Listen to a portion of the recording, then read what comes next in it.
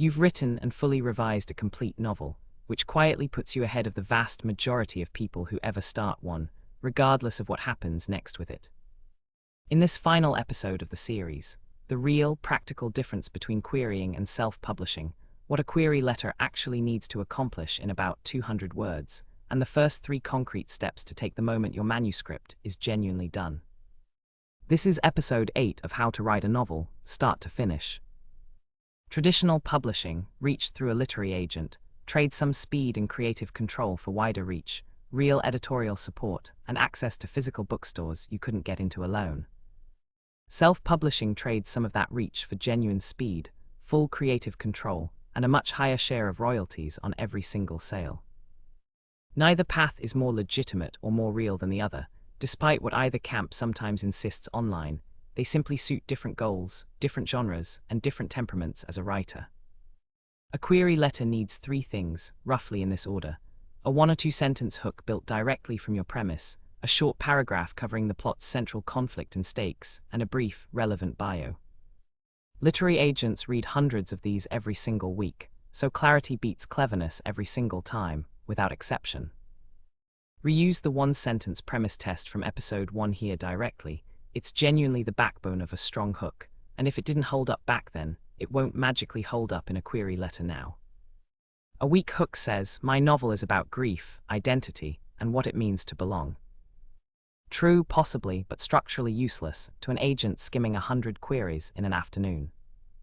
A strong hook says, "A grieving widow must expose her late husband's business partner as a fraud before he frames her for his own death."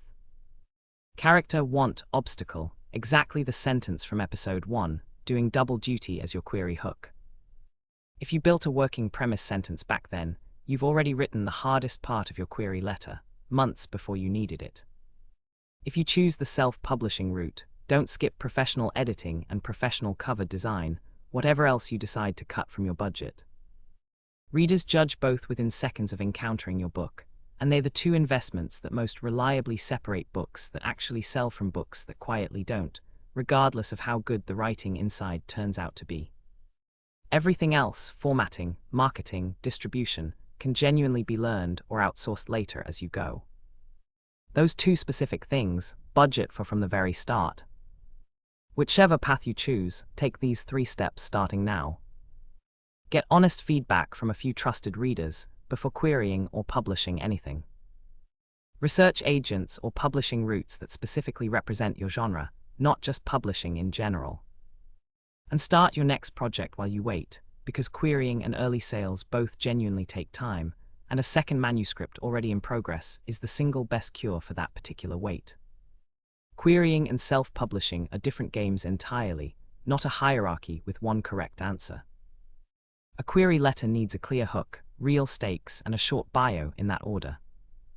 Self-publishers should prioritize editing and cover design above almost everything else. And your very next move either way is feedback, research, and quietly starting the next book. That's the whole arc, premise to published, across 8 episodes.